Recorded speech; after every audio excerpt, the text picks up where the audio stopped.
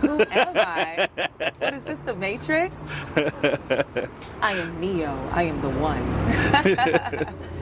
In a nutshell, I am an educator. Okay. I am also a science enthusiast, and I'm an artist. Gotcha. And how long have you been like this? Like, I know you didn't come out like that, but like... I kind of did. Really? Yeah, surprisingly, I'm like Michael Jackson, but the girl version. Okay. Knew what I wanted to do.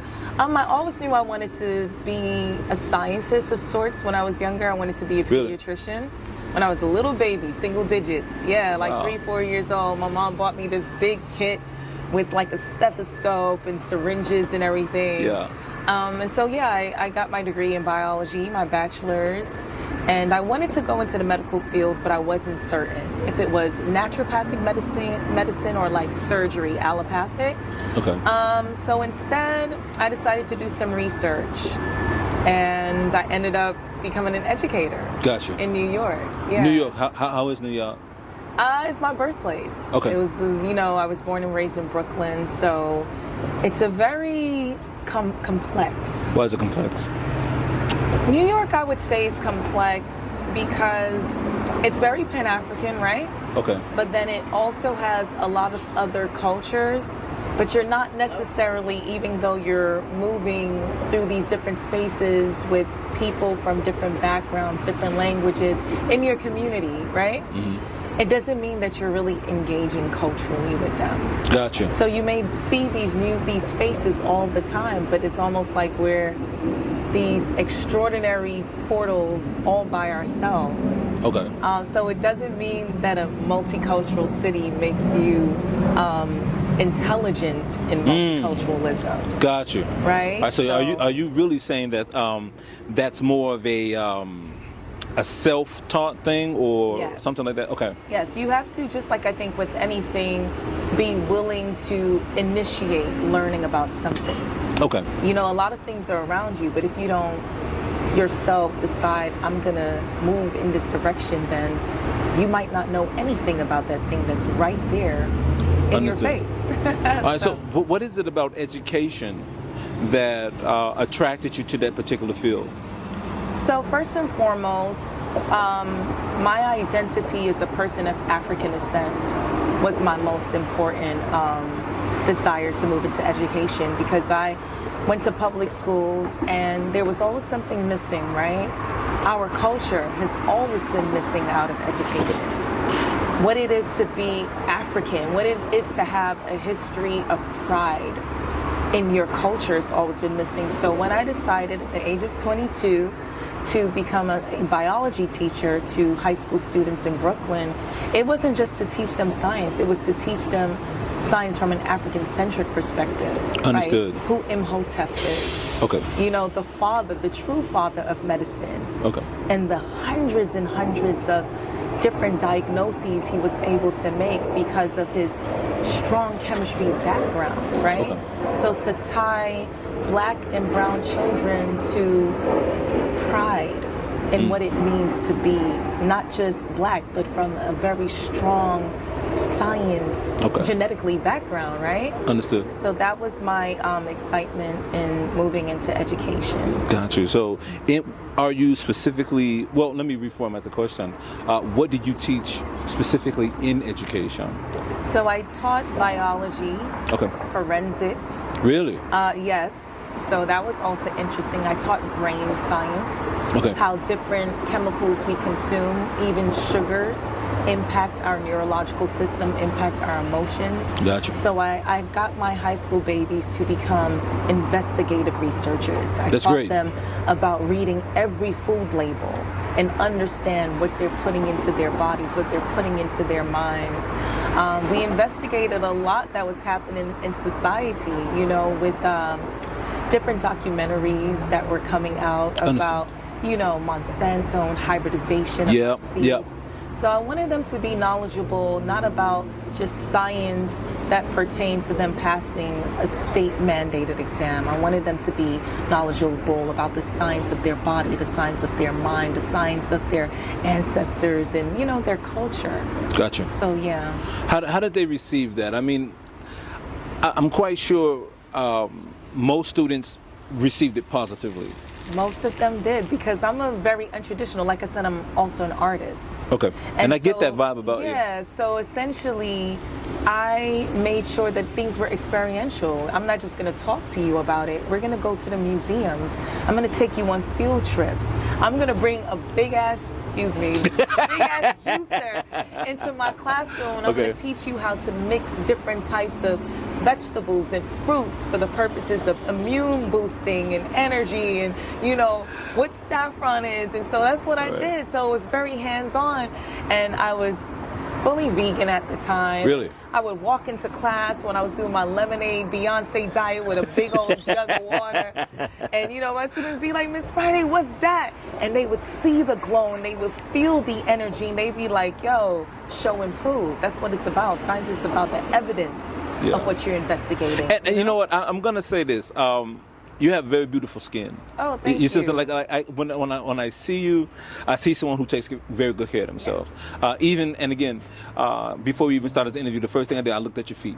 I did, and I said, "Hey, you know what? Okay, she takes care of herself." Absolutely. Yeah. They could be better. I do need a pedicure, but it's okay. Yeah, but I wanted the children that I was working with to not be misled like a lot of us are misled with theories, right? Okay. I wanted them to feel it, see it, taste it, touch it, know it intuitively.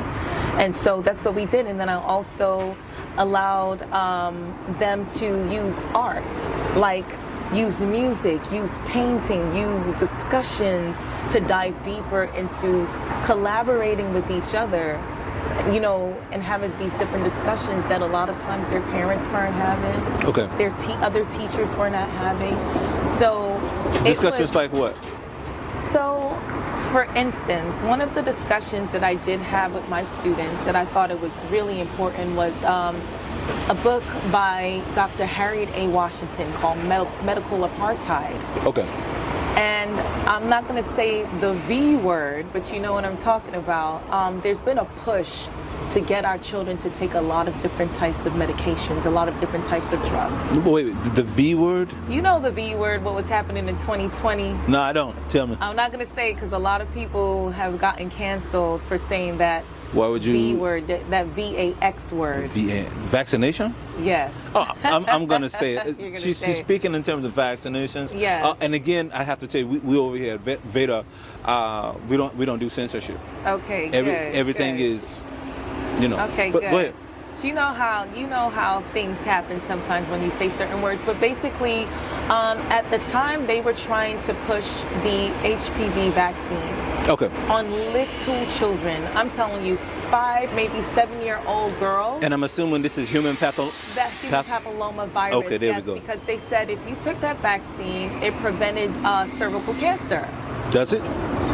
Well, once again, theory versus actual evidence. And the evidence wasn't there because it was new, once again, a novelty thing they were introducing to mostly black and brown neighborhoods. And I had a conversation with my students about it. And I full-fledged told them, even when it was flu season, because this is New York, right? I was like, you all always tell me, Miss Friday, why aren't you ever absent? You're always here. And I'm like, they did it with love, but I was like, have you ever seen me sick? I never got sick. They were like, so you're not taking the flu vaccine? And I was like, no, I don't do that, because you know what? Our cultural understanding of science is you go to nature. Okay. Right? You understand what has antioxidants. You understand the nature of herbs and fruits and how you should use them on a day-to-day basis to maintain a very strong immune system. So those types of conversations. Gotcha. So then they started having conversations with their parents about why aren't alternatives also part of the menu? Understood. For maintaining their health. Why is it that you cannot come to school if you were not vaccinated, with the flu vaccine? Well, and there's a lot of talk about that, and I'm going to break here just to speak on that. I want to say that it is simply because they get federal dollars. Absolutely. You know what I'm saying? A lot of times, if you're getting federal dollars, then you have to kind of do what, you know what I'm saying, the federal government is asking you. The music that they're playing is what you have to dance to. Exactly. A lot of times. So I guess that's it. Would you concur with that? Oh, that and many other reasons I would concur with. Just to speak again about Harriet A. Washington and her book Medical Apartheid, it's a data source, it's a database of all of the different types of experimentations that Black people specifically have been subjected to for decades. Gotcha. You heard about the Tuskegee experiment. Correct. You've heard about all of these different experiments with AIDS. Yeah. You know, there was also an experiment they did on children who were the HIV/AIDS experiment. Just check it out, New York City. All of a sudden, all of the case files are burnt up in this massive fire, and they can't. Right. Understood. Right. So it wasn't just about vaccines. It was about our children becoming cognizant and aware that inside of our DNA, we have a plethora of knowledge about who we are. Understood. And it is just important to ask questions so that you're not just being led like, sheep to slaughter. Okay. It's not like in our neighborhoods, especially back then in the early 2000s, that you had healthier options. I grew up there. Corner stores, bodegas, just trash 24/7. Yeah. But with an open mindset, what are you going to do? You're going to find out where those places are, where you can get good organic vitamins and fruits and, stuff like that. Understood.